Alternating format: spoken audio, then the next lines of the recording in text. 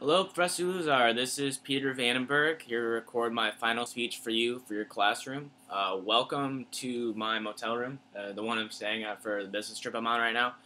I guess I just got lucky that we didn't have to have an audience for this one because there's only 4 people on my crew anyways, and there's no lobby in my motel. So I guess I just got lucky on that one. So what I'm going to talk about today is the 3 speakers that I find the most inspiring or enlightening as far as my speeches and how they can improve. I'm going to start with, of course, Steve Jobs.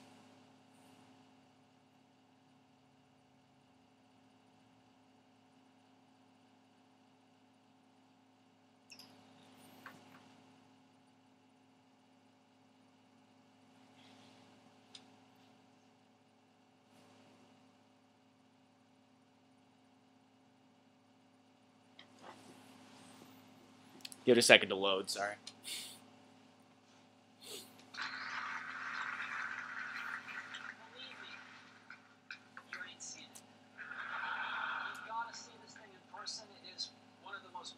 Designs you've ever seen. This is, beyond a doubt, the most precise thing, one of the most beautiful things we've ever made. Glass on the front and rear, and stainless steel running around, and the precision of which this is made is beyond any consumer product we've ever seen. Its closest kin is like a beautiful old Leica camera. It's unheard of. It's definitely one of the things that inspires me most about Steve Jobs. Just his love for his product. You can tell he believes in it so much because the words he uses to describe it. Fascinating and beautiful, and he compares it to things that he loves dearly, and he really hopes that, or he did hope, not alive anymore, but at the time he really did hope that the people that bought his product didn't just enjoy it, that they loved it and wanted it to be a part of them, as a lot of Apple users do. I have an Apple computer. I'm using another Apple computer to record my speech on, and I can definitely tell that. The other thing that I respect about Steve Jobs a lot, which wasn't really highlighted in this presentation as much, or this clip, was his love of the outline and how well he can use it. People know exactly where he's going in all of his presentations because he outlines it beforehand, but he does it in such a casual and nonchalant way that it's not abrasive or not anything like that. So that's one thing I really like about Steve Jobs. And as far as my presentations go, I think I could really go with some good casual outlines in the same way that Steve Jobs does, because I have a tendency to kind of talk about a lot of things at the same time, and if I was able to focus that energy the same way that Steve Jobs did, I think that would really help my speeches. Sorry. Next, we're going to talk about Sir Richard Branson.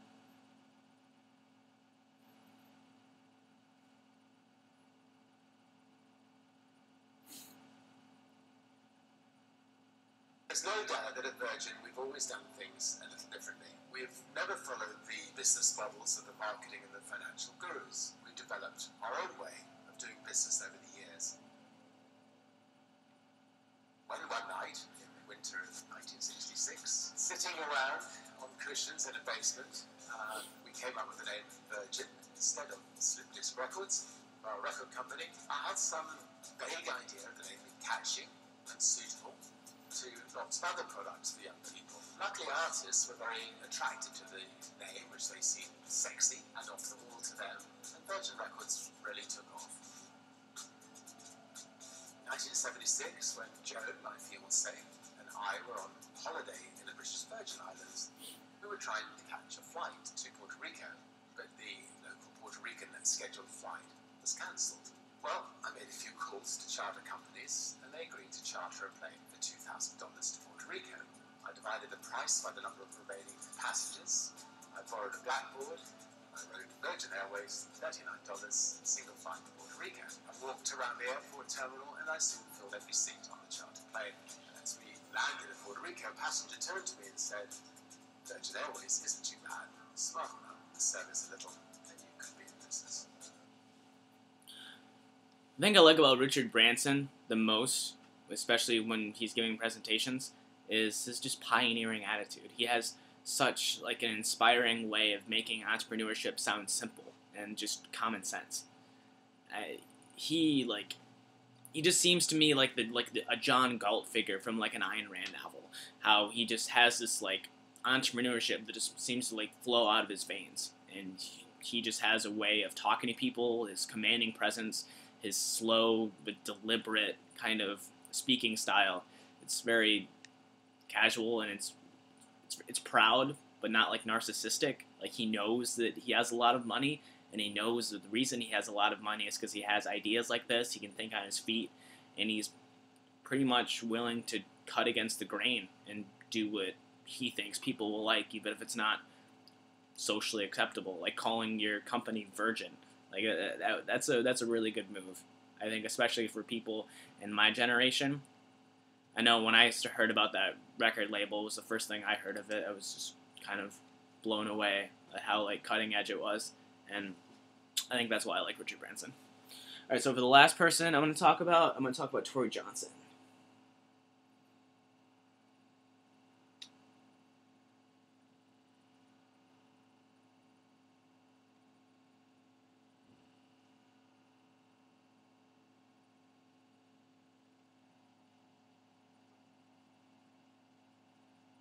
Place, and I remember distinctly interrupting him saying, "Are you firing me?" And he said, "You have 30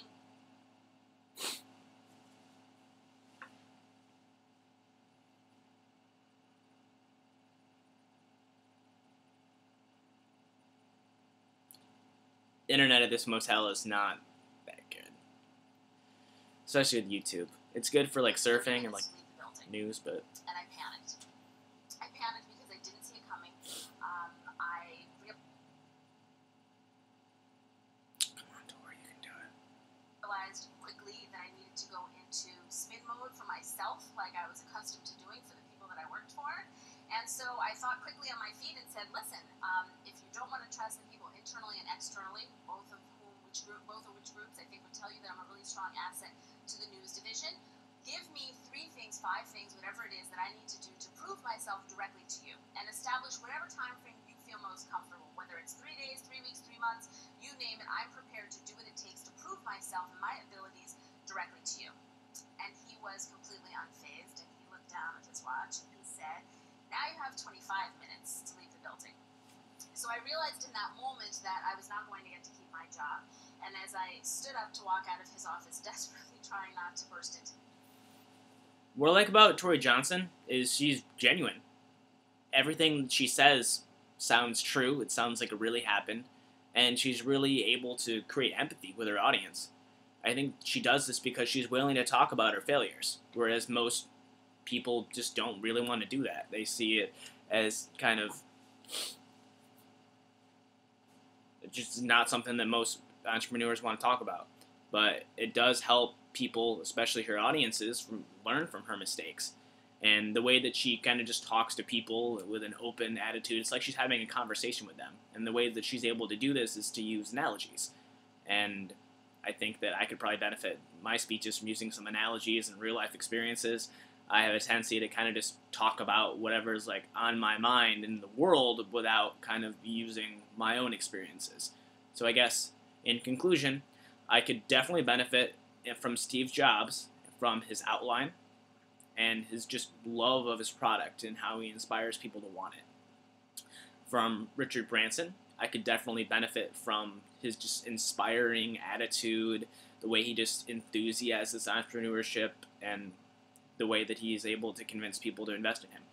And from Tori Johnson, I could benefit from using some of my real life experiences in order to inspire people, especially not be afraid to talk about my failures.